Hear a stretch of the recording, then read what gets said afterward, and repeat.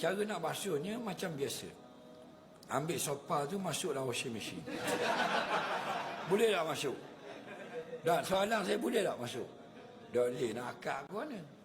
Okey, bila tak boleh masuk dalam mesin basuh, hendaklah kita basuh dengan tempat yang kena najis saja. Ni sopa. Okey, ni sopa, okey. Sopa okey, ambil baldi. Ambil baldi, letak sini. Ni sopa, okey. Sopa contoh okey. Kita tunggangkan macam ni. Contohlah contoh macam ni. Okey. Okey. Sebelum tu ambil tu. Ambil najis tadi, okey. Sebanyak mungkin. Tinggal lembabnya. Faham? Masa lembab tu, awak sengitkan dia, bawah dia ada baldi. Okey, supaya air tak banyak jatuh atas latar. Kalau ada kapet, alih kapet. Okey.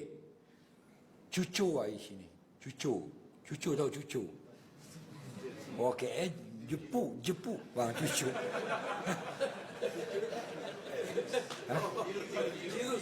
Jiru air sini. Gonyoh. Gonyah. Lepas tu letak lagi air sehingga kita kira air itu sudah bersih. Dia dah masuk dalam sopa. Faham? Dia akan masuk sikit di dalam cushion, yang selebihnya akan keluar dan masuk dalam ni. Saya pernah buat. Tunggingkan sopa lagu tu, tak ada beseng bawah. Faham? Pegang seorang gini macam nak terbalik gitu.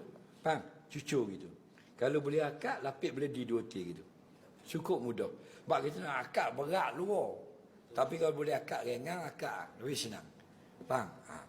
Tetapi jika tak boleh akak, tak boleh akak. Sebab masa diubuh sopa itu, jatuh gang cak gajah belakang ni. Dah boleh akak dah. Kalau akak soyok dengan mozek-mozek. Faham? Maka caranya ambil dulu najis. Sampai sedikit saja yang tinggal. Letak air 3 kali jirus. Sekali jirus itu kira-kira membawa semua najis masuk ke dalam cushion. 3 kali jirus. Lepas tu buanglah sebanyak mungkin air tadi. Tekan. Kalau basah, kita duduk, kita pergi sembahyang, tak maaf.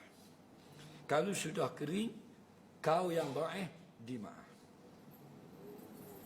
Dalam kitab An-Najasatul Ma'furat. Kerana tak boleh nak akad. Darurah dah. Faham lagi?